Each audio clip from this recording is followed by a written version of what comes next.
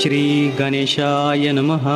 ॐ प्रातः स्मरामि गणनाथमनाथबन्धुं सिन्दूरपूरपरिशोभितगण्डयुग्मम् उद्दण्डविघ्नपरिखण्डनचण्डदण्ड माखण्डलादिसुरनायकवृन्दवन्द्यं प्रातर्नमामि चतुराननवन्द्यमानमिच्छानुकूलमखिलं च वरं ददानं तं तुन्दिलं द्विरसनाधिपयज्ञसूत्रं पुत्रं विलासचतुरं शिवयोः शिवाय प्रातर्भजाम्यभयदं खलु भक्तशोक दावानलं गणविभुं वरकुञ्जरास्यम् अज्ञानकाननविनाशनहव्यवाह मुत्साहवर्धनमहं सूतमेश्वरस्य श्लोकत्रयमिदं पुण्यं सदा साम्राज्यदायकं प्रातरुत्थाय सततं यः पठेत् प्रयतः पुमान्।